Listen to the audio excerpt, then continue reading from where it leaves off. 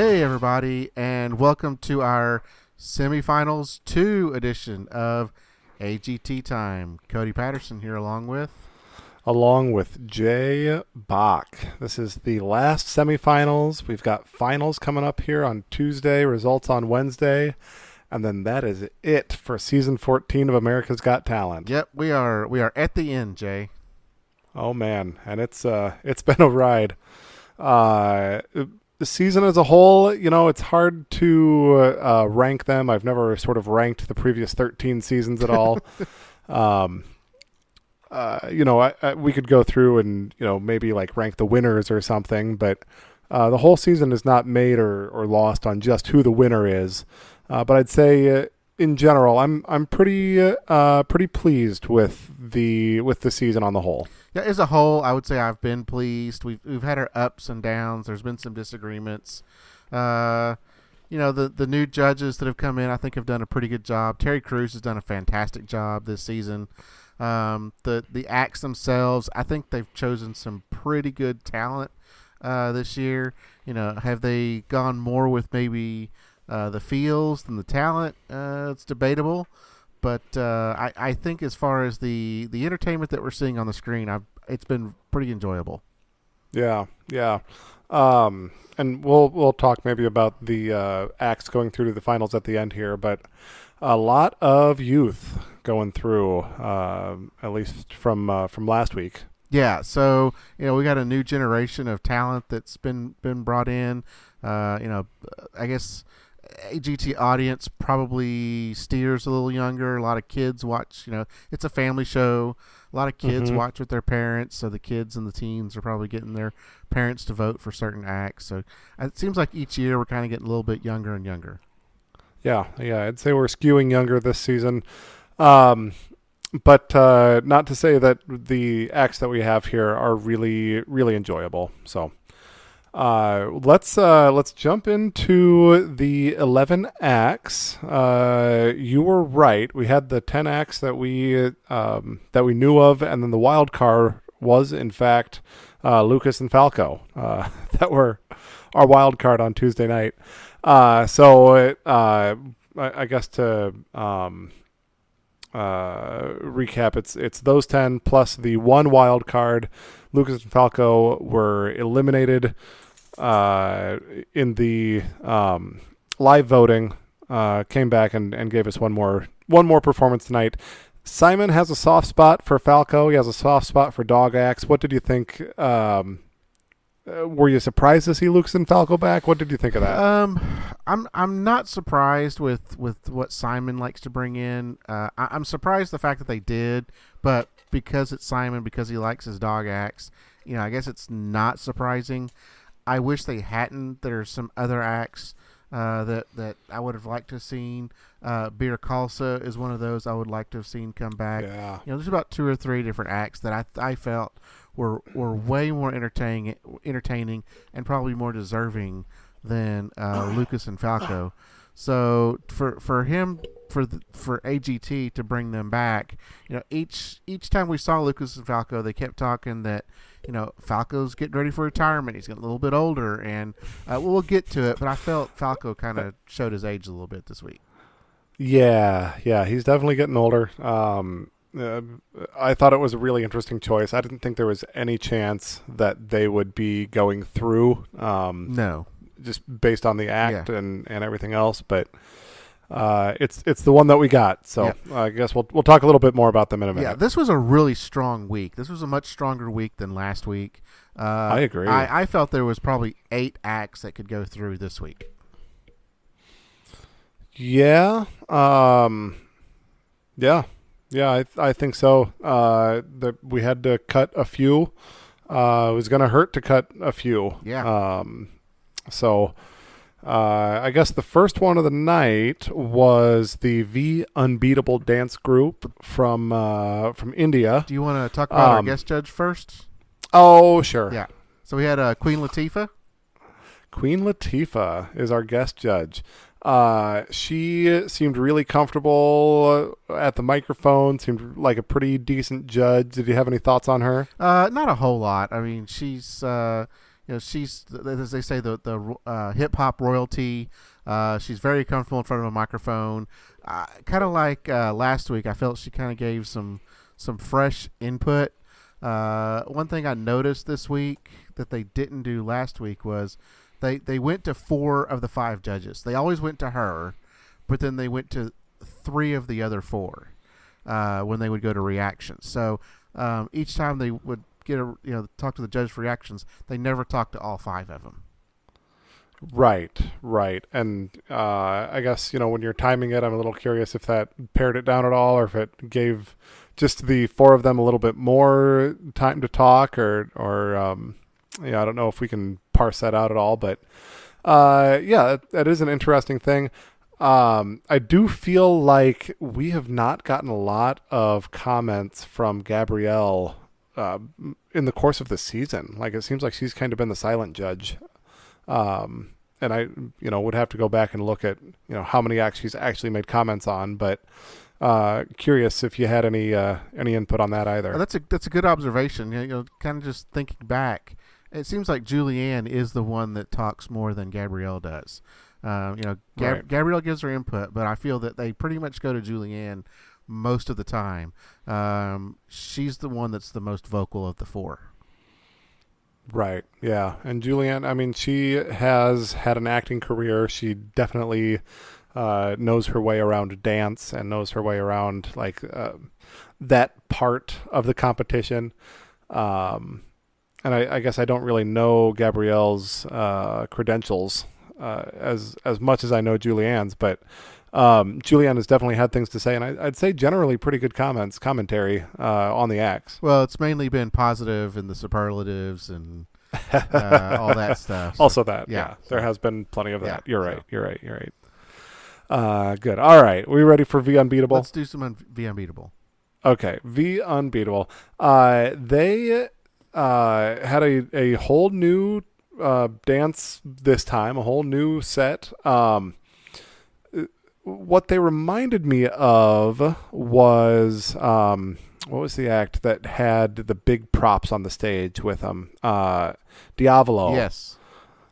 This is what that kind of reminded me of. They had a big ladder in the middle of the stage. It was like Diavolo meets who is the guy that would run up and down the ladder? He was in Champions. Oh yeah. Okay. Yeah. The little circus guy. That's what it reminded me of. So they had this big ladder in the middle of the stage. It was tied up at the top and sort of rotated around at the bottom, and the ladder had sort of a elbow in it halfway up. So they were running up the ladder. They were throwing people up on the ladder. They were jumping off the ladder, diving into people's arms. And then, of course, all their other, dancing and locking and popping and everything else that they do in their show. Man, these guys, they fly so high. They are so exact. It's really, really hard to beat this act. I would say the most enjoyable dance act I've seen on AGT. Oh, yeah, I'm not big on dance acts, but this is one of the most enjoyable ones I've seen. Diavolo, I really enjoyed them, but I think it's more when these acts bring in props. They do more than just do their dancing on the stage, because they dance, they're acrobatic, they're running up and down props, they're jumping on props, jumping off props, throwing each other into in other people's arms. So there's a lot going on the stage, and their accuracy, their all the quick moves that they're making, it's definitely, like you say, definitely one of the groups to beat. Yes. The guy I was trying to think of, his name's Uzair Novrazov. Yeah. He's our old ladder act from Champions and back on season 10. Yeah. So we've seen a lot of Champions acts this season. I'm surprised they didn't bring him back. Boy, yeah, but no, really, really a fun act. They are they're so strong too. They have a lot of power in what they do. It looks so dangerous. They talked about the one guy on their troupe who did have an accident and ended up passing away. So like, they're the real deal. Really, really good act. Do you have judges' comments there in front of you? I just have a couple. Simon Never has a group had a more appropriate name. You guys are in it to win it. They're in it to win it. Your country is going to be so proud of what you have done. I think they even commented like the president of South Africa was tweeting. Not sorry, that's another group later on. I jumped the gun on that one. Your country is so proud of what you've done. Thrilled for you. Greatest final. Queen Latifah blown away by each and every one of you. Julianne, dances for everyone. I want to learn from you. You are literally unbeatable. So. Yeah. They are the ones to beat. Definitely set up a high bar. I love this act. I expect to see them go through. They never cease to amaze me, and I think I think they're going to have a strong future ahead of them. Yes. Yeah. Not sure of their winning chances. I would put them in the top half of the final 10 though. I like this group a lot. Yeah, their chances are pretty good. But, okay. All right. Yeah. Second act of the night, we got our magician, Dom Chambers. He had, some camera work, maybe a little bit of comedy going on, playing with the camera angles. He revealed like 3 cans of beer on the table, and they turned out to just be like stickers of pictures of beer that were just flat but made to look 3-dimensional because of the camera angle. And then there were some like teeny tiny shot glasses of beers that they looked large from the camera angle, and then he walked up to them and they were just little teeny tiny things. And then he reveals his super huge mega beer. He asks Simon, how many bottles do you think how many bottles of beer in there went in to make this mega beer? It's between 1,000 and 3,000, he said, and it does not end in a 0. And it doesn't end in a 0. Simon guessed 2,501, and he turns his chalkboard around, and wouldn't you know it, there's 2,501 tally marks, and the number 2501 written on there. So that was sort of the trick that he sprinkled in there in his overarching giant trick that he did, and eventually gets around to actually drinking this 2,501 beers from the from the mega beer through a giant straw, or so it seems. But actually, I'm pretty sure they just like sucked it out the bottom. Yeah, just right? Let gravity do its thing. Yeah. Okay, that's kind of what I thought. Not that good of a trick, Dom. Yeah. Yeah, I was really disappointed in this trick. The big trick was not great. The camera angle tricks also not great. Like anybody could do those. He's still very likable. Yes. The act as a comedy act was pretty enjoyable. He's got a great personality, and he brings that to the stage. His tricks tonight were not his best. No. Of all the tricks that he's done this season, this was one of the worst tricks he's done. It wasn't that exciting. It wasn't that interesting. But his personality, his showmanship, the way he owns the stage, that's kind of what makes his act. His acts, his magic tricks aren't showy. They're not flashy. It's great that he uses alcohol. I think that's wonderful. It adds a lot of personality. A lot of people like to drink beer or drink wine.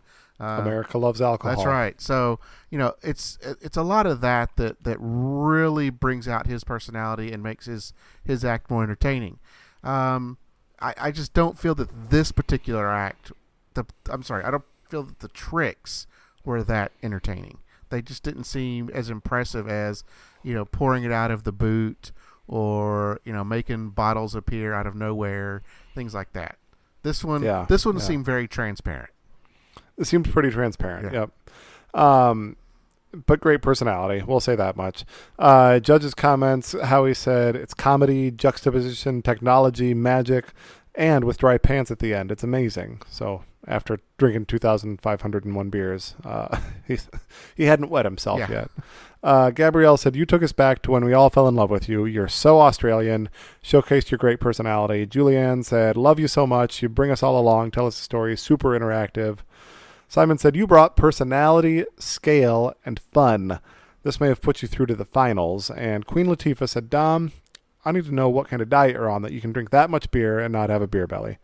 So that's it from the judges. Pretty high praise. I'm not sure that I agree that this is going to put him through to the finals. He does kind of have this style of doing a trick. He's got one big trick. This time it was, sort of centered around the mega beer. Last time it was around making tape face revealed. He's got sort of the big trick with little tricks sprinkled in throughout.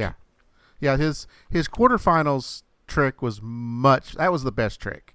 Was when tape face appeared.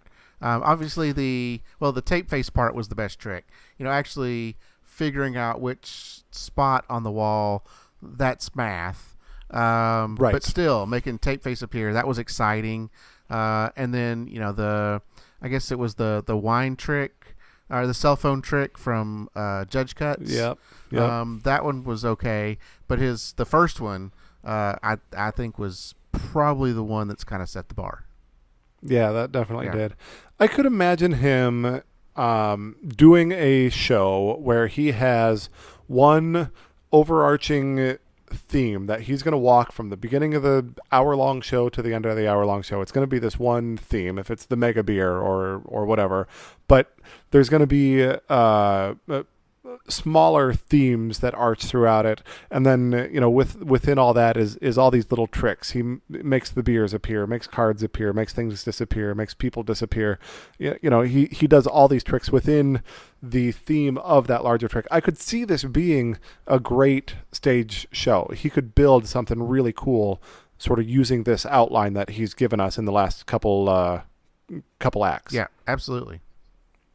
So I like him. Like I said, I'm not sure that this act is going to put him, or this particular performance is going to put him through to the finals, but man, he's it brought the personality plus. Yep.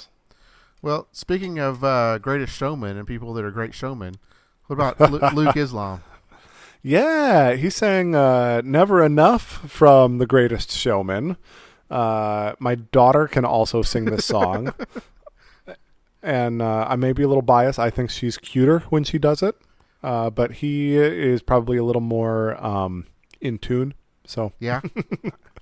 It's you know what? It's a great song choice. I was really happy to hear him do something that I was more familiar with. So I appreciated that this was, a show tune that I do in fact know. Well, okay, I kind of agree with you that yes, it was nice to hear a tune that we're all familiar with, but we've done Greatest Showman a lot lately, and I know it's still fresh. I know people love the Greatest Showman, but I just feel that we've done it a lot on AGT, and I would like to hear some other show tunes that maybe we're familiar with.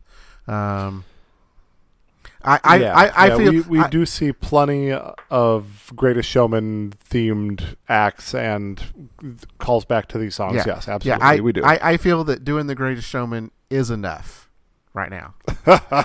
We've done enough of it, so it is enough. Okay, all right.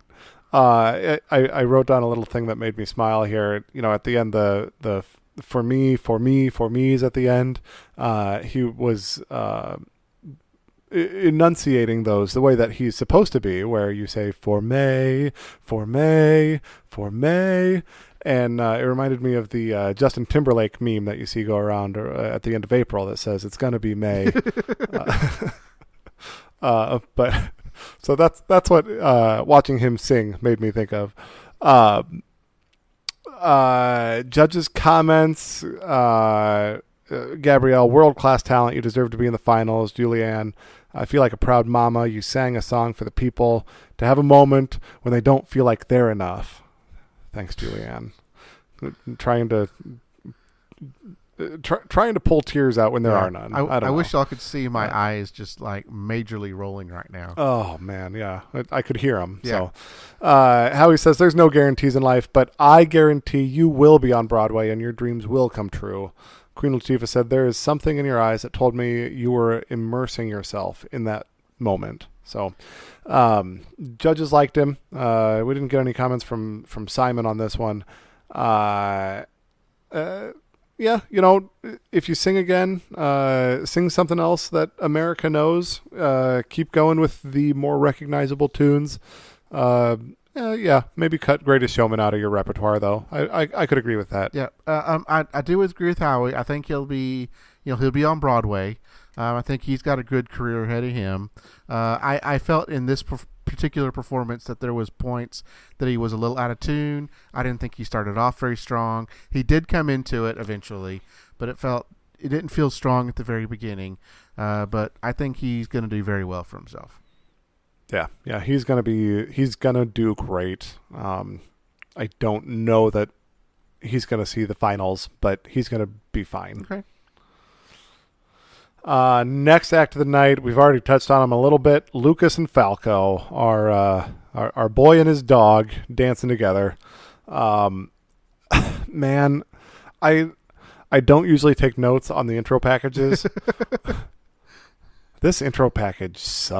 Oh, I love this intro package. No, this was boring. Lucas was texting Falco, asking him to get back together, give me another chance. Falco, meanwhile, is living the high life. He's in retirement, man. He's living it.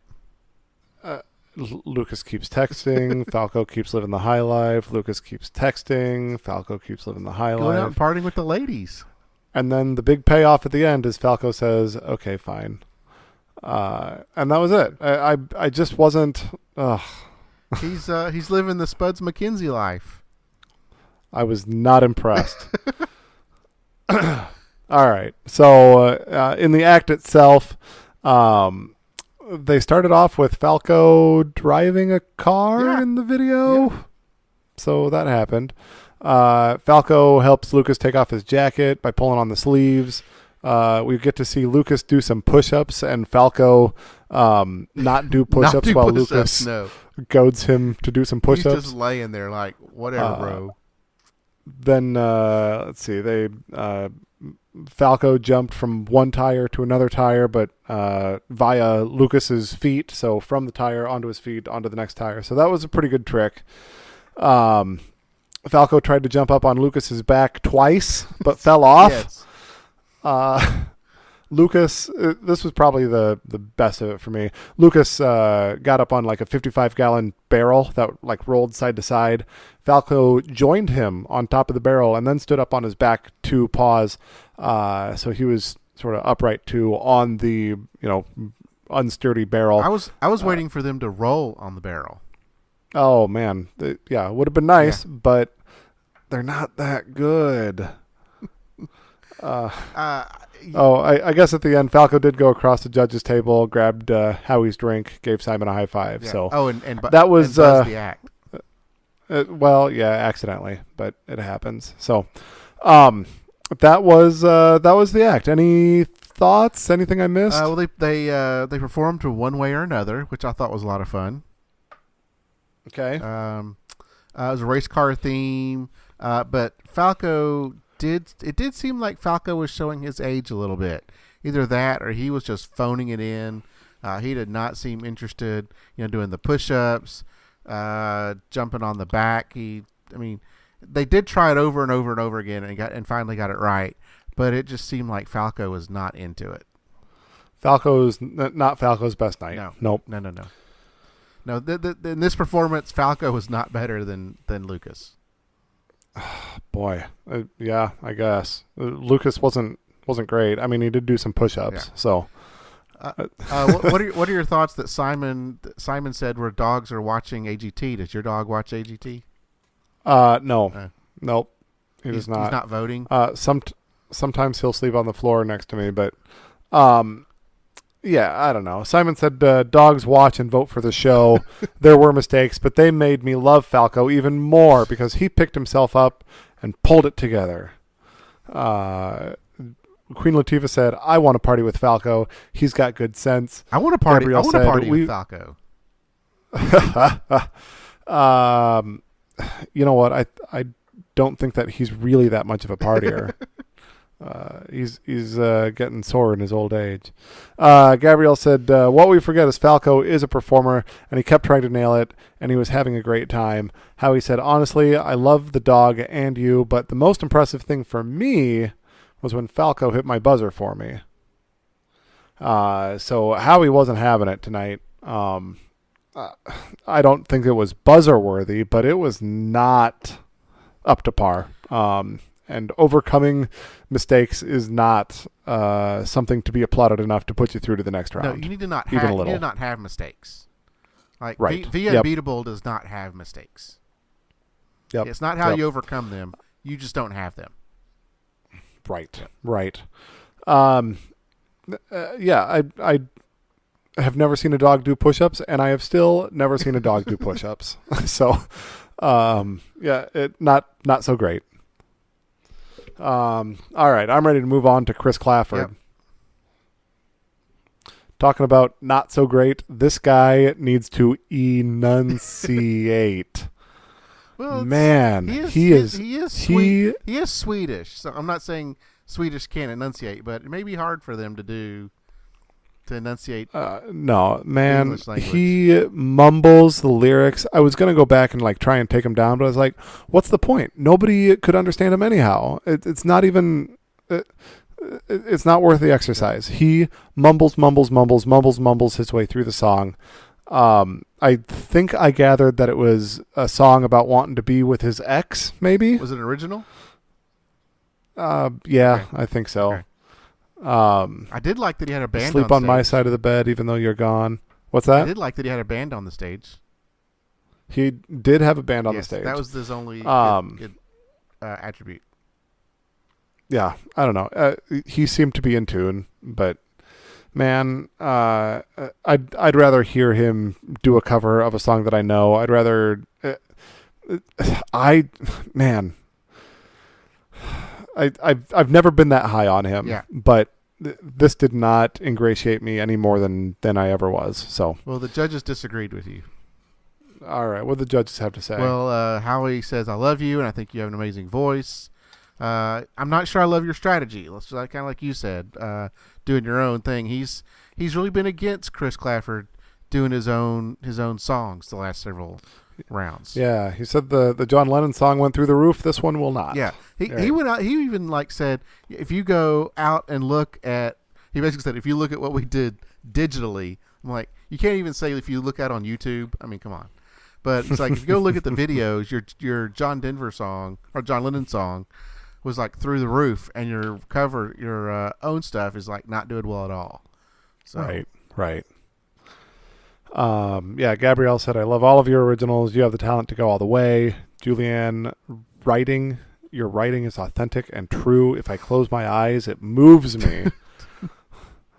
And 3/4 of the time, what's he say? 3 out of 4. What did I write down? Moved me. She was moved. Yeah, I don't know. The 3/4 time. The song was in 3/4 time instead of 4/4 time. Yeah. Okay. Like the waltz sort of beat. Yeah. The 3/4 time moved me. Got it. I gotta understand my own notes, people.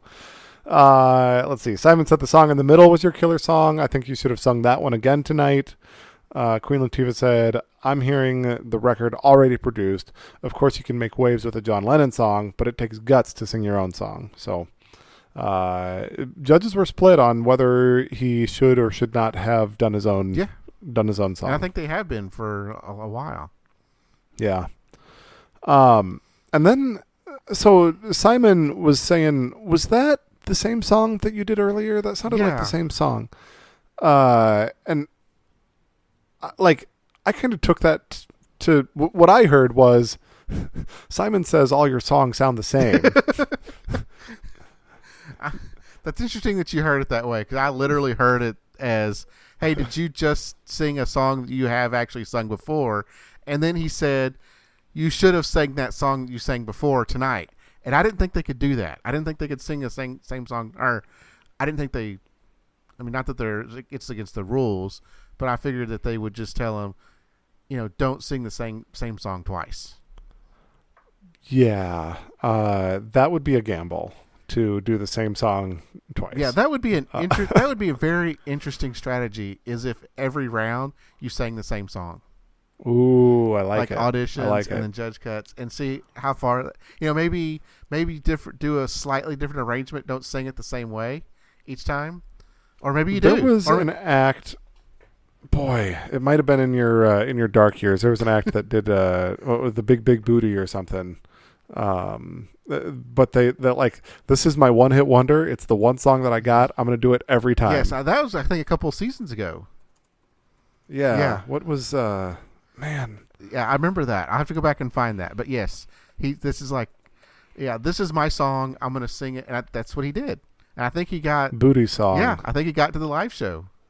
Yeah, and I seem to think that he was wild carded at least once, maybe twice in his trip to the live shows, but he made it. So, yeah. But you know what? I do remember that song, and he enunciated better than Chris Clafford did. So, yeah, I pulled it up here. Tone Tha Chief Raka. Yes.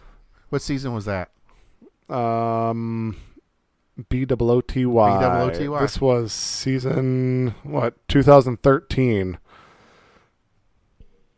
So 6 years ago. So season 8. 8. Yeah. So yeah, that would have been that would have been right after my dark years. Yep. Or that would have been right at the beginning of my dark years. But I remember seeing that in season 8. Yep. So there you go. That's it can be done. It has been done, and it's been done with some amount of success. Okay, there you go. The judges have to want you there. I think someone should try. It can be done. Someone should try that again. All right, let's bring it back. Not with one of Chris Clafford's songs. I'm not impressed. All right. Next act of the night, number 6. We're around in the corner here. We got Detroit Youth Choir. They sang High Hopes by Panic at the Disco. What did you think of this performance? I'm glad you knew what the song was, because I did not know what the song was. These kids love perform. They love Mr. White. They love perform. The confessionals that they did in the intro package, thanking him for everything that they've done, that he's done for them. I thought that was fantastic. These kids give everything they have for Mr. White. And I know it's reciprocal. I know he gives everything he's got for them, and it shows on the stage. Yep. They can sing, they can dance, they can do it all. They look great in their matching uniforms. These kids know how to perform. Yeah, and it looks like they're having fun, and like you said, they are committed. Yeah. And that's, they definitely bring it to the stage. You're right about that. You're right about that. I didn't think that the mixing, the sound was not great tonight. I didn't think that the song was particularly great. I thought the soloist did wonderful, as they always do. Their dancing was on point. If I was going to pick a choir to listen to, I'd probably pick Undlovu Youth Choir. If I was going to pick a dance group to watch, I'd probably watch V Unbeatable. They do both of those things not as good as the others, but they do them pretty well. But yeah, I've had enough of the Detroit Youth Choir. Okay, I love these kids, but I do. We've talked that if I had to pick one of the two between them and Ndlovu, I'd pick Ndlovu over these kids. They're both fantastic. There's nothing wrong with either one of them. Just if I had to say, okay, one of you gets a show, I think I would pick Ndlovu. I think they got a little bit more. They just have that it thing that's just a little bit more than the Detroit Youth Choir. Yeah. Judge's comments, Gabrielle said, you took us to church to worship, everything. It's amazing. Simon said, this was as good as your first audition. This is the most important night of your lives, and we all need a Mr. White in our lives. Queen Latifah said, that's entertainment. I know how much it means to bring out the best of the youth and children that they don't even see in themselves. We are thoroughly entertained by it. So, yeah, that's all I got for them. Judges, of course, give them high praise. I think that they deserve some of it. They're not they're not top tier talent in my book. Okay. So, next act of the night, we got our Black Light painter, Sure. our light painter guy, Alex Dowis. Boy, what'd you think of Alex's act tonight? Now, when we first saw Alex, we didn't see him in auditions, but when we first saw him in judge cuts, our initial thought was, oh, well, we didn't see him in auditions. Who is this guy? And we didn't think he'd go very far. And what we've seen him do over the last several rounds is incredible. And his stuff has been timely. We saw the 50-year anniversary of the Apollo landing, and now he did a 9/11 tribute. Mm-hmm. I think we talk about the feels, but his talent is there as well. This is unique. We've never really seen anything like this, and the way that he does it, I mean, it's not only unique, but it's good. He hits you in the heartstrings, but it's also a fantastic talent. I love that. Similar to the sand artist, the light that he paints with, after a while it disappears away, so that he can continue on. He doesn't have to wipe it away. It just gradually fades away, and it gives him a whole new canvas where he can continue on his story. Yeah, he's very, very good at what he does. This particular act, we see like headlights on a street, and there's a car wreck, and we hear the sirens, and there's a fire engine, and then the firemen are putting the fire out, and we see a fireman carrying a woman's body, and there's this heartbeat, and you see like the heartbeat. He uses his flashlight to create the heartbeat lines on the screen, and then it flat lines. And then there's the AED and the trying to restart her heart, and like as the doctor is there over her with the AED, you see an angel appear that he creates with the light, and then she's revived and she's back to life, and there's a heartbeat again, and we get this close-up shot of her face and a close-up shot of the firefighter's face, and then they kind of switch tracks to this 9/11 track of the planes hitting the towers, and he draws a ribbon with the word "remember" on it, and we've got that audio of the 9/11 attacks. So, sort of an homage to first responders, to firemen, to policemen, to those people that put themselves out there to keep us all safe. I do feel like he kind of shoehorned the 9/11 parts in there. I wish it had maybe been a little bit more 9/11 themed instead of first responder themed. Might have made a little bit more sense to me. Like it was a pretty hard turn from the car wreck to like, oh, here's 9/11 audio. But I think the message was still conveyed pretty well. Yeah, I think he was just trying to say that, from small individual things like car wrecks to massive tragedies, our first responders do it all. I think is what he was kind of trying to convey there.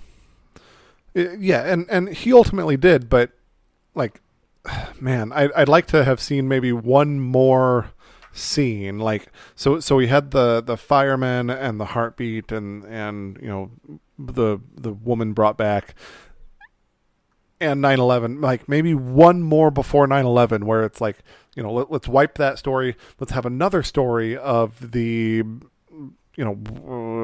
whatever first responder scene that isn't a car wreck, and then the 9/11 first responder scene. Like, maybe making it 3 parts instead of 2 would have felt a little bit more all-encompassing, a little less jarring for me. Okay, yeah, we haven't talked about this yet, but he got he got one of the 2 longest times of the night at 4 minutes and 39 seconds on that performance. Oh, wow.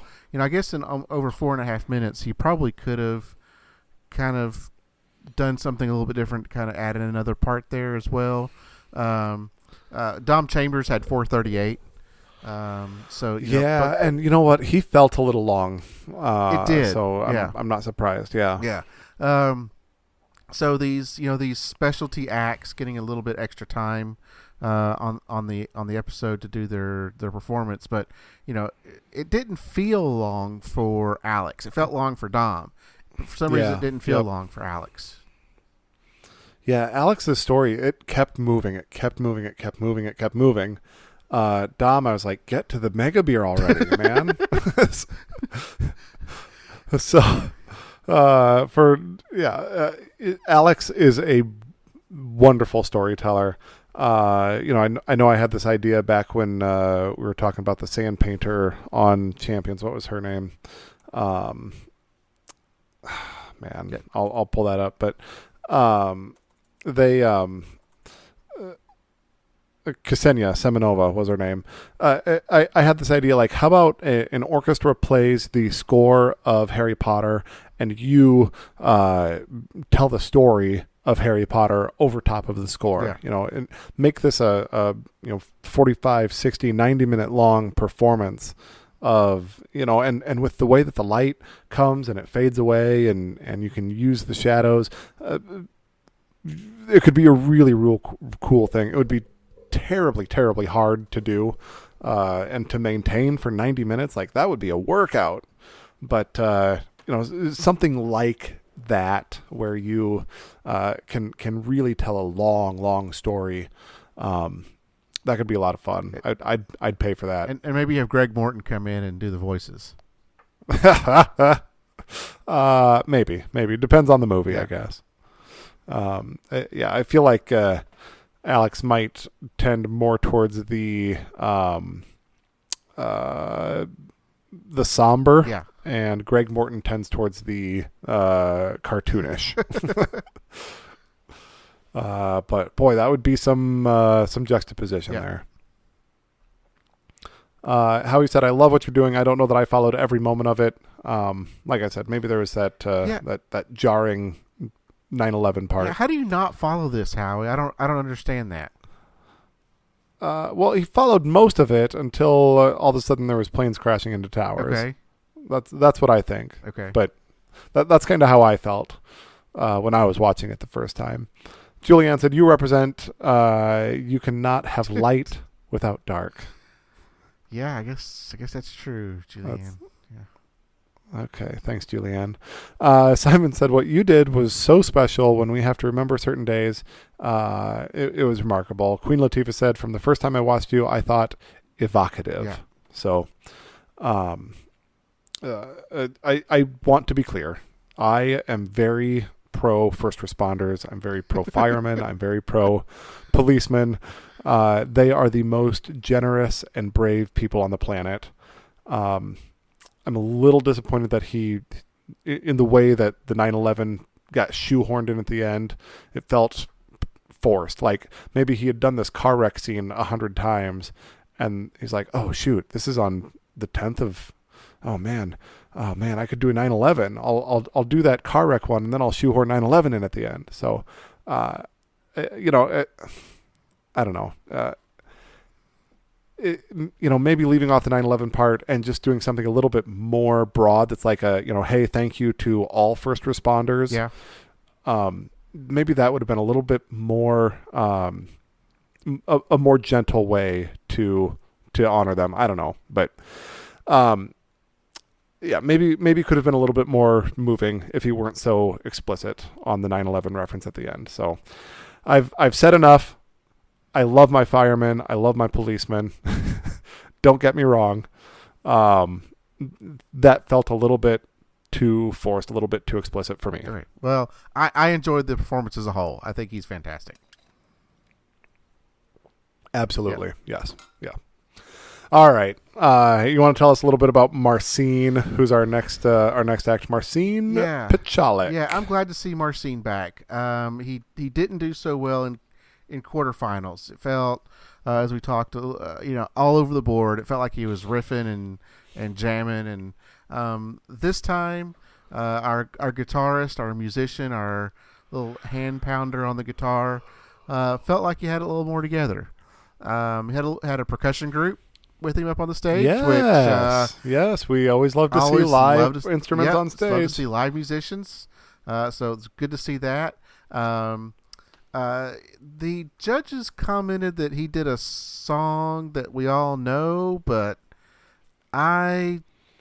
maybe I just couldn't recognize it. I didn't place it either. Okay. It was, it felt very Latin, Yes. but that's all that I can say about it. Yeah, and I wish they'd kind of said that. I wish, if it's a song we're supposed to know, I wish they would say that, because not all of us know, especially when it's someone, when you're playing it just an instrumental part of it, and we'll get to Iman later on as well, that sang a well-known song. But when you're doing just an instrumental version, and you're doing an instrumental version that's kind of not typical, when it's you're doing your own flavor of it, then maybe not everyone can place it. So right. Go ahead. So I was just saying, it would have been nice for the judges to say, hey, you played this song and we all know that, and whatever the song is, and because I couldn't place it.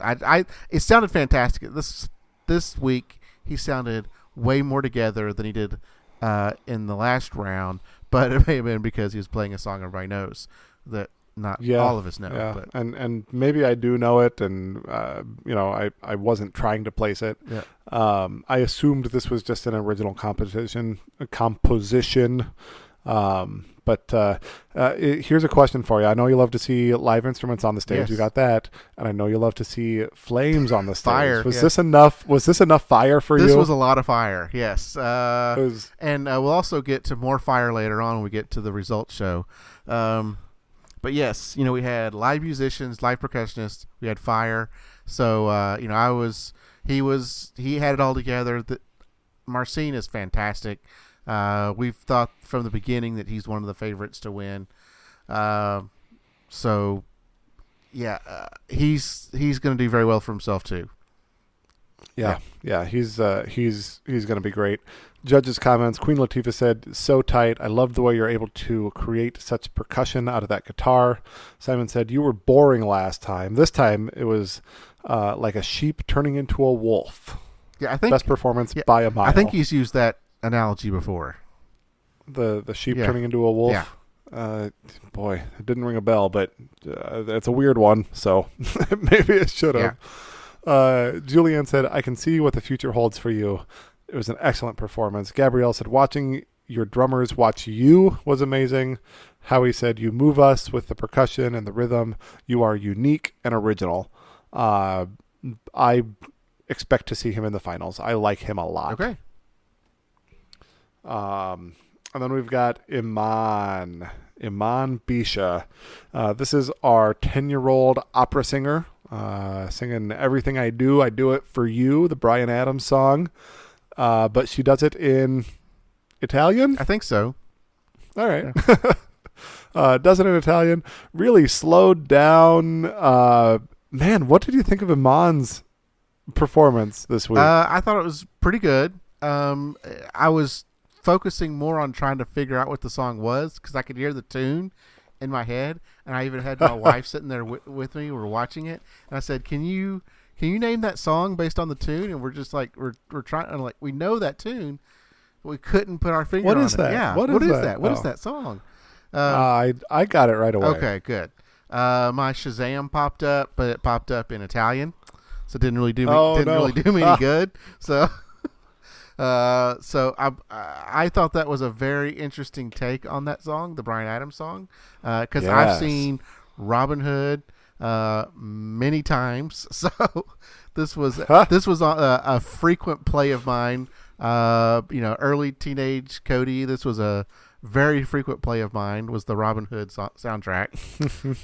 So I'm surprised I didn't get it, but I thought she did a great job on this. She is It's nice every 8-9 years we get a new Jackie Evancho come on the stage, and I like the opera singers. Yeah, she's adorable. She's very good at what she does. I did like having a recognizable song. For opera singers especially, if you can make it a recognizable song, you're really going to bring America in along with you. Gabrielle said, "You're stunning, amazing. You took everyone's breath away." Julianne said, "The profound thing that just happened. You took those lyrics and you shifted the meaning of what we do for each other." What? I don't know. It was Julianne doing Julianne. Well, if you're shifting the meaning by making them Italian, then yes, that would do it. Simon said, "I get nervous for you, but you are absolutely brilliant." Queen Latifah said, "It was on and poppin'. You are unbelievable in your confidence. You are unbelievable in your confidence and gorgeous." Did I type that wrong? Queen Latifah loved her too. So really, really high praise from the judges. I love that it was a recognizable song. Not convinced that I need to see her in the finals, but America loves a good opera singer. America loves kid singers. A kid opera singer all the more, right? So I wouldn't be surprised to see her in the finals. I'm not sure that she would be one of my top picks. Okay. So I pulled my Shazam up here just to kind of look at this, and it came up, and I'm probably butchering this because I didn't take Italian, took Spanish as a student. So quello che farò is what came up. So if you can get everything I do for you out of that, great job. All right, Italian speakers, reach out to us. Yeah. We're on Facebook. All right, next act of the night, one that I know that you love. Tell us about our comedian Ryan Niemiller. Yeah, so Ryan Niemiller is, I believe, one of the best comedians we've had probably since Preacher. Trailer Nasty was pretty good last season, but I think Ryan Niemiller is the top comedian of the year or of this season. I like Jackie Fabulous. I thought she really came along in the last couple of rounds, but Ryan Niemiller is the one he's the bar for comedians this year. Definitely. Yeah. So he made some jokes in his intro, and he said that people come up to him, found out that he plays football. People come up to him and say, "Hey, I bet you never made a one-handed catch." Right. Didn't you ask last week if you ever got a holding penalty? Yeah, so I don't know if I've mentioned it on the podcast, but yeah, I sent him a little tweet that asked him, "Hey, did you ever get a holding penalty?" And I was, trying to be serious on this. Polite about it, sure. Yeah. Did you ever get a holding penalty when you played football? He played offensive line, so if he didn't, that's fantastic because it's very rare for offensive linemen to not get a holding penalty. So he came out on the stage to his signature song. Everyone put their hands up. Yep. And he thought he pulled a hammy when he came out on the stage. Man, he's just so full of energy. He's a big guy. Yeah. He definitely brings his whole personality to the stage, right? His whole body is there and present when he's performing. So definitely fun to watch. Yeah, and I didn't write down any of his jokes because I'm trying to pay attention to the jokes, and I can't. I don't translate them very well, so I don't even write them down. Okay. But well, I wrote a few of them down. Okay. He said, I drove all the way to Los Angeles from Indiana. That was dumb. I went through Utah. My best friend said, "Oh, Utah is beautiful." And it is for about 10 minutes. He talked a little bit about being a ginger, being redhead, getting a sunburn. Gingers have to tan just one part at a time or else you catch on fire. He said he lived in Florida for a while. I caught on fire and I couldn't put it out because I can't swim. And he talked about not being able to swim, and I don't swim, and I don't want to swim. People say you have to face your fears. Well, I'm also afraid of snakes, but I don't punch a snake every day either. So that was sort of the route that he went through his through his act. Funny stuff. I did not do it justice. If you want to hear his jokes, go listen to him. Yeah. So, Howie said you're a very funny, talented comedian. Gabrielle said from the first time to tonight, I have loved you. Simon said you've got a shot at winning and you deserve to be there. Queen Latifah said I'm still laughing. Be self-deprecating. You've mastered it and you've made it hilarious. So, I thought this may have been his best his best set of the season. And he, I think, is one of the best comedians of the season as well. So, top notch. Yeah, they gave him a little bit longer, and again, it's another one of those, you know, kind of like Alex Dallas and Dom Chambers. They gave him 319, so you know he and Alex and Dom were the only ones that got over 3 minutes of time. So I think that's fitting for them. They need that. To kind of set up, set things up. It's not like, the singers and the musicians, they can just come out. They've got a set amount of time that they can perform. But these comedians and the magicians, they need time to kind of set things up, tell their story, and then have a conclusion. Yeah, and he's not one of these, just one-liner kind of comedians. He's like tell a story, stream of consciousness kind of act. This was a great performance. If he makes it through to finals, keep it up. It reminds me what Queen Latifah said about being self-deprecating, and how you can use that to your advantage. I'd heard a story about this debate team. It was two guys on a debate team, and the first guy on the debate team was confused about the side that they were supposed to take on the argument, and he is arguing the opposite points that they're supposed to, and then he realized what he was doing, and he stopped and he turned on a dime and he said, and that's exactly the argument that they're going to make. And I can imagine, like, if I were debating against that, like, oh crap, like, I'm defeated right now. Like, I cannot add anything to what he just said. Yeah. Like, you win. Yeah. So sort of it is a defense mechanism, but he's used this to his advantage. He's going to be fine, and he's a fantastic talent.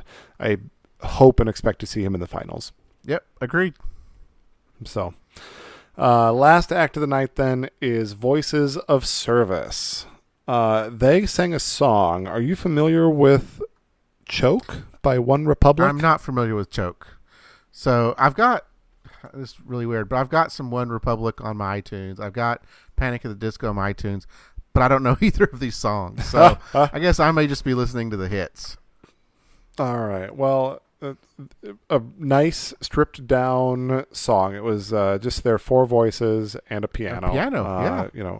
It's remember they're a quartet, one gal, the three gentlemen, and they are they're all military veterans, or maybe even active military. They say active and former. Active and former. Yeah. Okay. But they just have the smoothest vocals. I'm not sure that this performance tonight, I heard those vocals that they were as smooth as they have been in the past. They did a little bit more like hitting the high points, hitting the hard stuff, and not like just melting into those harmonies that I know that they can make. And I kind of missed that. I really love those moments. It was bigger than I preferred. I'd rather they lean on those harmonies, but I love this act, and I want to see them again because I want to melt into those harmonies again. Yeah, I felt this was not their best performance. It's still a fantastic performance, but this was not the best one. I think their judge cuts was probably their best one. Auditions was really good, but this one felt off. It seemed like there was, and I'm not sure if it's supposed to be this way in the song, but there were times they felt like it was off. My wife even commented as well that it felt like they were off at times. There was a shot of the piano player, and it looked like the piano player was trying to keep up with them. So I'm not sure what was going on there, but just there were times they felt off rhythm. Yeah. Can you explain the lyrics? Well, I see breakfast on the table, and I can smell you in the halls. Yeah, I was trying. No, Okay. I was trying to listen to the lyrics and understand it, but it seemed like this was a story about someone where their spouse or their loved one had passed. It's kind of what I was right. just listening to the lyrics when they were singing. That was kind of the impression I got, that something had happened. Maybe they're in the military, or maybe they haven't passed, but they're in the military. They're not there. They're cooking breakfast, but then they can have this smell, or they still hear them, or they still feel them. Something of that nature, where they're wishing that they were there. Their presence is there, but they're not physically there. Is kind of what I got from the song. I think if I could have understood Chris Clafford's lyrics, that might have been what he was trying to say too. But again, he's really mumbly. Yeah. All right. So that is the 11 acts of the night. I'm sure I've said more than 5 of those I want and expect to go through. So, like you said, this was a pretty strong Yeah. Episode of talent. A lot of the acts that I like the most were here tonight. So there's gonna be somebody that hurts, I think. But with that, you ready to jump into results? Yeah, let's jump into the results show. So do you want me to cover all the little fluff first? Yeah, you do all the fluff. Okay. So we get Tokyo Myers. Remember Tokyo Myers? I remember Tokyo Myers. We get another Champions performance back, and he performed with Stuart Copeland. Yes, he did. The drummer from the Police. Okay. Yeah. When I think of Copeland and musical artist, that is not the first Copeland I think of. Yeah, not Andy Copeland. It was the Aaron Copeland is the originator. Yeah. This is Stuart Copeland. So we got that other Copeland. Yeah. So, but Tokyo performing on stage with a professional drummer, fun to see. Sure. Yeah, and so here's where we had more fire. So they had Puffs of Fire coming up. That was a lot of fun. I was never big on Tokyo Myers, even in Champions. It seemed all over the place for me.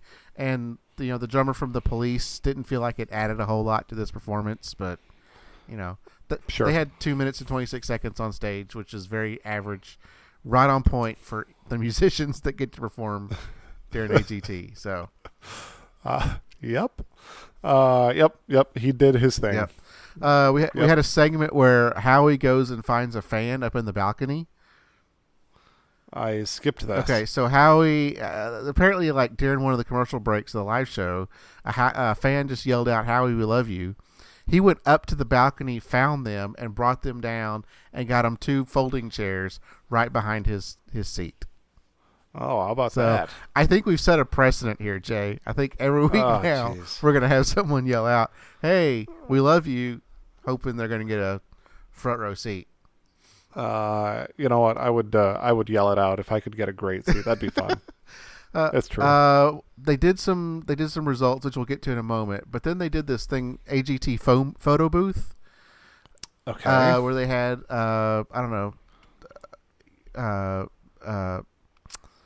audience members come into this quote photo booth, and Howie and Gabrielle and Julianne and Terry, so everyone but Simon, were like backstage with a microphone, and they were like giving the audience members instructions on what to do and make funny faces, and I don't know, and then they take their picture.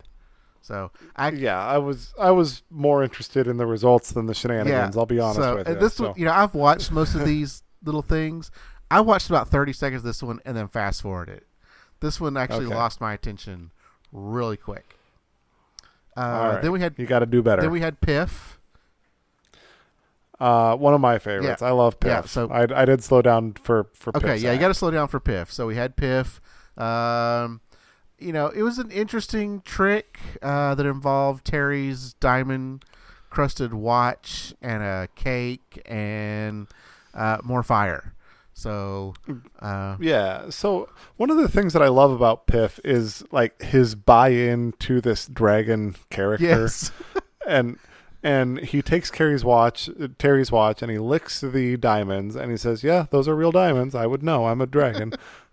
So, like those little things where, like, it's not a guy in a dragon suit. Like, no, I'm a dragon, and you're gonna believe it. Gosh darn it! Yeah, he's committed to it. That's his thing. He's a dragon. But then and he expects us to be committed to it too. Right. That's the thing. Yeah. But then also the showgirl is on there, and she's having a great time. And I'm not for sure. I think the showgirl, because he's had the showgirl on before, so I'm not for sure if this is because of he's a Vegas show. I think she's part of his act. Part of his Vegas show. Okay. Yeah. She is part of the act. She travels with him. She is. Oh, okay. Yeah. Yes. Was she on? Because I still haven't seen Piff when he was on AGT. Was the showgirl on AGT with him? I believe so. Okay. So she's the assistant. Yes. Okay. And then you have Mr. Piffles, who doesn't really do a whole lot. Absolutely nothing. And Mr. Piffles has to kind of be showing his age as well these days. Yeah, I think that you could replace Mr. Piffles with any other tiny dog in a dragon outfit. He just has to not do anything, and he'll be fine. Yep. So I've also noticed that Piff's little thing is that he likes to brag about his show. Sure. Yeah. He brags. Kind of part of the gig. He brags about it selling out and doing so well in Vegas, and he plugs his upcoming shows. No other act seems to, like when Preacher and Darcy Lynn, they didn't do that, but it seems like Piff's this one that just comes out and like, hey, we're doing really well in Vegas. We're making bank. That just seems like his thing. Yeah.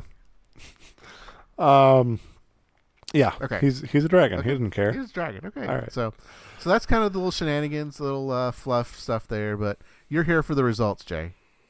I'm here for the results. Okay. So we can go through first. So there will be 3 that go through, 3 that are the Duncan save, and the rest are getting eliminated. And then we'll go back to those Duncan saves, and those 3. 2 of those are going to be saved. One of them, it's a forever goodbye. Yeah, Terry seems to really make the point about the Duncan save that one of them will go through to the finals. Well, he is correct, but he's also incorrect that 2 will go through to the finals. Yes. 1 and 2 are going to go through to the finals. So they reveal our Duncan save. We're going to send you guys backstage for a while. We got Iman Beisha, Ryan Niemiller, and Alex Dowis. Man, what did you think of those 3 as one of them's going to be eliminated? Yeah, that was a little surprising, especially like Ryan Niemiller being in there. But again, this week was so stacked. Only 5 of 11 are going to go through. And I think in previous rounds it's been 7 of 12 or something. So more than 50%. This is less than 50%. So for Ryan Niemiller to be in there, that was a little surprising. Not so surprising with Iman Beisha. I don't think people really still get the Alex Dowis act. Your kids and your teenagers aren't voting for him. They're voting for Iman and Ryan Niemiller. Do you want the early counts? I watched those, but I didn't write them down. What were those early counts? So the early counts, Alex Dowis was at 15%, Iman Beisha was at 32%, and Ryan Niemiller at a whopping 53%. Ooh, so feeling pretty good about Ryan's chances based on those first dozen votes that came in. That first 15 seconds of votes, yeah. But not looking great for Alex or Iman. I suppose worse for Alex, right? Yeah, I mean, the 2 of the 3 are going to have a judge vote, and the judges don't. Yeah. The judges don't take those counts into account at all. Right. So. Okay. So, all right. Well, our first result of the night, then, we're going to have 3 acts come forward. We got V Unbeatable, Dom Chambers, and Chris Clafford. Chris Clafford. That's how you would say his name if you were Chris Clafford and you mumbled it. So Chris Clafford, Dom Chambers, V Unbeatable. I'm fully expecting V Unbeatable to go through. You? Yeah, agreed. Okay. Yeah. Yep. And they do. Yeah. So goodbye Dom Chambers. Goodbye Chris Clafford. Yeah, and completely forgetting that there's only 5 going through. I was for sure they're like, hey, no, wait there. There's another one going through. So really? That didn't happen. So No, we got to get rid of these acts. Yeah. We got to get 5 out of the way here. So that was surprising because I thought Dom Chambers would be one. Well, not based on this week, based on the previous rounds, maybe. On his body of work. Yeah, but I didn't feel this week was worthy. Yeah. All right. Second result of the night was Lucas and Falco, Marcin Pichalik, our guitar player, and Detroit Youth Choir. How did you think this was going to go Well, down? I was figuring Detroit Youth Choir was kind of the shoe-in for this one. I felt really bad for Marcin and Lucas and Falco. Weren't going to go through, but I felt really bad for Marcin being in this group, and you could kind of see it on his face. He knew that who he was up against, and that he wasn't going to go through. Yeah, I would have much preferred Marcin over Detroit Youth Choir myself, if I haven't made that clear. But the result is, in fact, Detroit Youth Choir goes through. Yeah, so that's too bad. Yeah, if I had to choose between in this particular group, if I had to pick one from these three, I would have picked Marcin as well. Yeah. Okay. All right. So we've got 4 eliminated. We've got 1 more to get rid of. There's 2 acts left besides the Duncan saves. So we've got Luke Islam and Voices of Service. How did you expect this to go down? Well, this one was a little tricky because I knew Luke Islam's got a good following. His Broadway, he's a young person, so I figured the young adults, the younger people. He's got the youth vote. He's got the youth vote. He's got the Broadway vote. So I figured they'd be there. But then in Voices of Service, you've got the military. They've got great voices. So I figured these had to have been like, right on the edge. So our Duncan saves would have been what, 4, 5, and 6, 5, 6, and 7. Yeah. So 1, 2, and 3 are going 3 through 4, 5, and 6 are the saves, and 7, 8, 9, 10, 11 are the eliminated. Yeah. So this would have been like the 3 and the 7. Yeah. Which is a little bit bigger gap than expected, because I thought those two were pretty close together. Right. So I figured it would have been a toss-up. Okay. Yeah, and so I was pleased to hear that it was Voices of Service going through. Yeah, agreed. I think Luke Islam's going to have a good Broadway career. He's going to get a chance to try out some from Broadway shows, and I think he'll be just fine. Yep. He had a great run. He's fun to watch. Voices of Service, I prefer their act more. Yeah, and if anything, he could be a body double for Manny from Modern Family. Perfect. All right. On to the Duncan save then. As a reminder, it's Iman, Ryan Niemiller, and Alex Dowis. America has voted. The act going through to the finals is Ryan Niemiller. I was very pleased with this. Yeah. I think based on the vote, based on what we know, like that vote that we saw after the first 15 seconds, not a surprise. He's great. Really happy to see him in the finals then. Yeah. So then we get the judge votes, and I actually tracked how long they got to do their little vote. Oh, yeah. Fantastic. Yes, because I was very curious, and if you noticed, they finished before the credits started. They did. Yes. They did a great job. So they are picking between Iman, the opera singer, and Alex Dowis, the light painter. Tell us how that went down then. So you had Gabrielle. It took 45 seconds to pick Iman. They've got to go through and say, you're great, I like this, I like that, but ultimately I'm going to go with this. That's pretty much how it is for each one of these. Yep. And Gabrielle took the longest at 45 seconds. Okay, 45 seconds. She lands on Iman. Then Julianne comes up. She takes 37 seconds to choose Iman as well.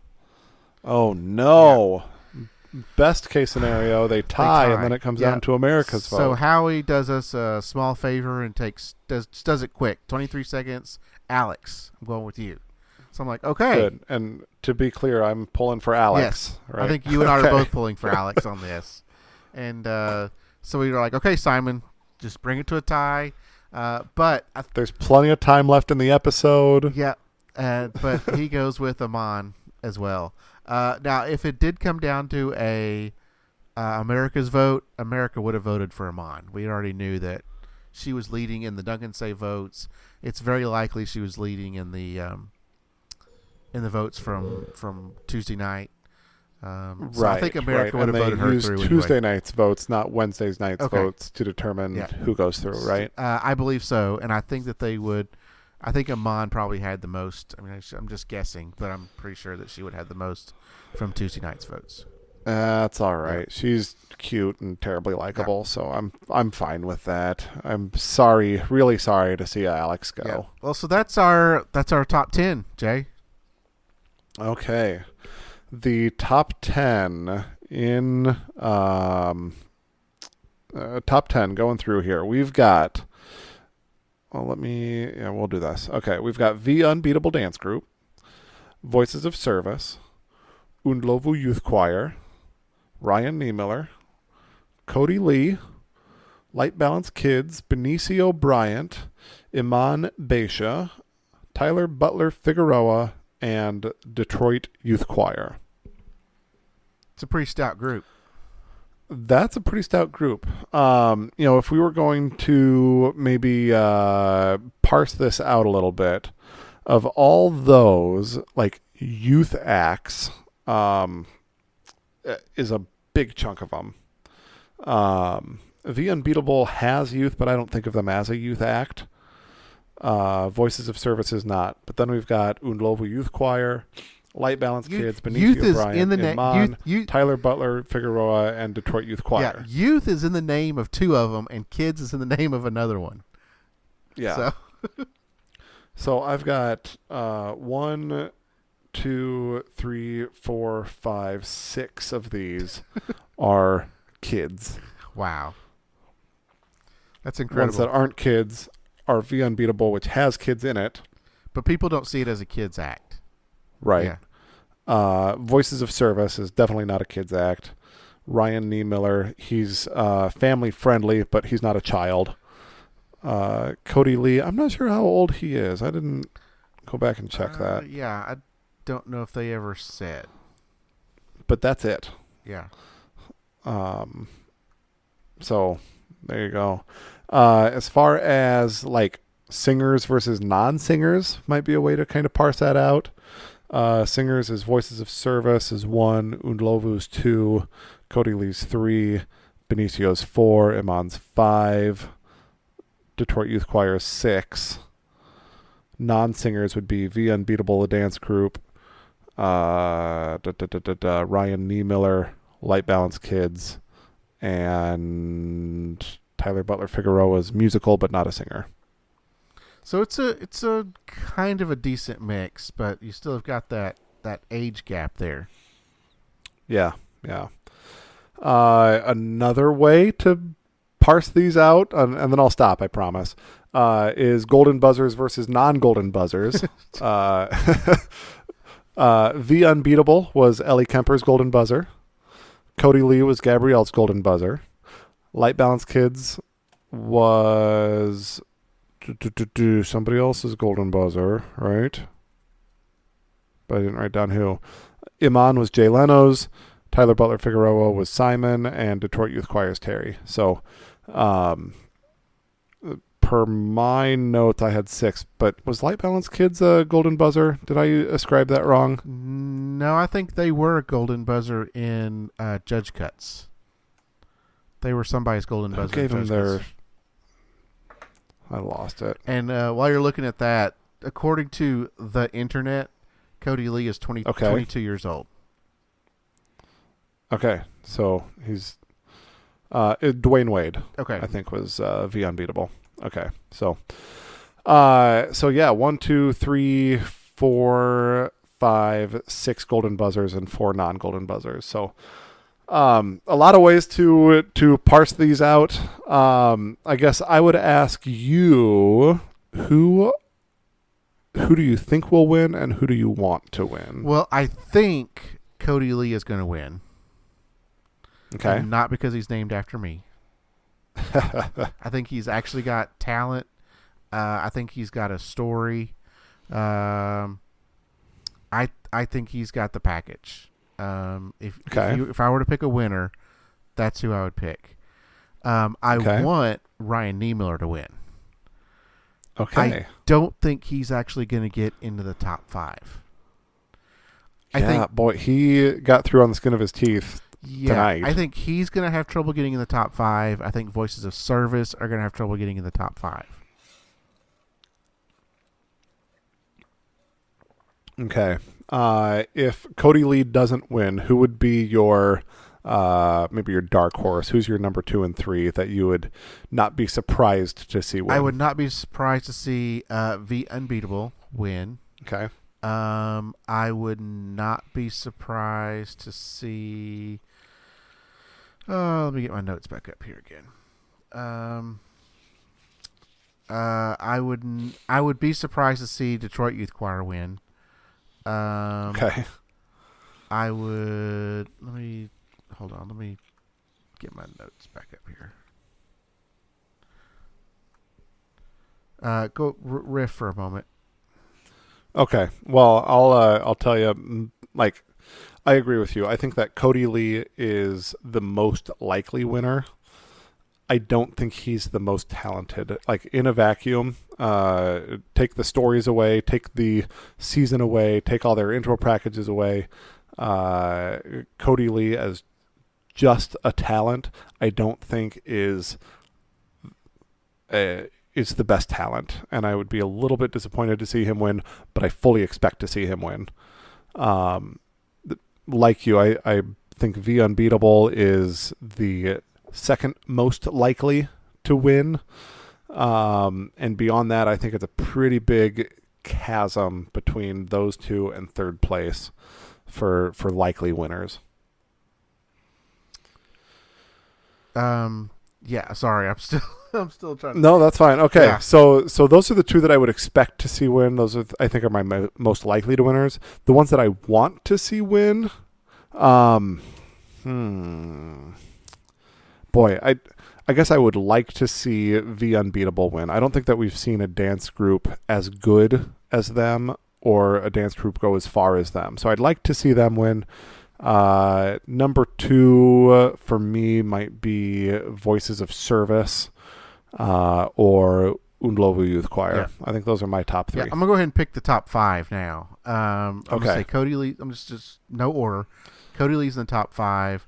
V Unbeatable's in the top 5. Detroit Youth Choir is in the top 5. Really? Okay. That's 3. Let's see. That's tough. Because we have Benicio Bryant, Tyler Butler Figueroa. I think Light Balance Kids. Iman. Yeah, I think Light Balance Kids and probably Benicio get in the top 5. Okay. So you've got Detroit Youth Choir, Light Balance Kid, Benicio, Cody Lee, and V Unbeatable. Yeah, that's my top 5. That's the most likely top 5 from America. Yes. Okay. Yeah. Like I was saying while you were looking that up, in a vacuum, I don't know that Cody Lee is that great. But on the show, given his story, given who he is, where he came from, like, he really is fun to watch. He really is enjoyable. So I have no problem with him in the top 5 at all. But strictly based on talent, I don't know that he's a number 1, shoe-in as a winner already. But yeah. How about this for an idea? Light Balance Kids, get rid of the kids, take the technology, put it on V Unbeatable. Yes.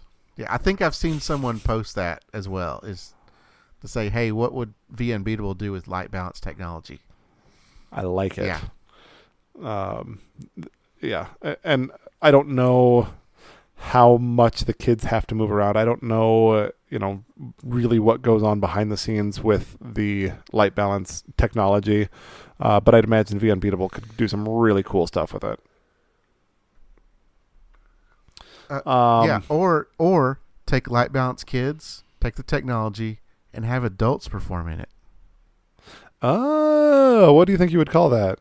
I think would it be Light Balance Adults? Light Balance Adults? That's maybe just light balance. Light balance plus. Yeah. Oh man. Okay. Does OG light balance perform with light balance kids next week? I wouldn't be terribly surprised. Yeah, not in their audition performance, but like in their exhibition thing that they do, where they right. Yeah. No, they'll probably bring in a band to have them perform to a band. That's my guess. But no, they always have a lot of fun with the finals. Excited to see how this all goes down. So I'm assuming 2-hour episode on Tuesday night and a 1-hour results show on Wednesday night. Is that? I think it's 2 and 2.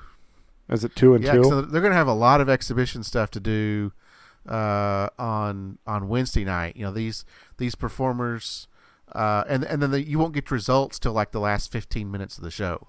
So you're gonna have former AGT people come in. These have to perform with some of their mentors or some of their favorites that they've any of the singers that that they've looked up to their whole life. It's all that stuff. So well, if we've got all that going down next week, I gotta wrap this up and get to doing some homework. Yeah. So yeah. All right. Well, guys, we always love to hear comments. We are on Facebook at AGTcast, on Twitter at AGTtime. You can reach out to me at One Man Bander or Cody at Cody L. Patterson. Love to interact with you guys. Love to engage with you guys. Really interested to hear your tell us, if you would, on the tweeters. Give us your who you think's going to win and who you would like to see win. That's what I want to hear. Yep. Well, that's all we got for this week. Finals next week, Jay. We'll be done. Finals next week, and then we'll take a little break before 2020, I guess. Yeah, we may see Champions 2. Possibly, or maybe a recycled Christmas episode.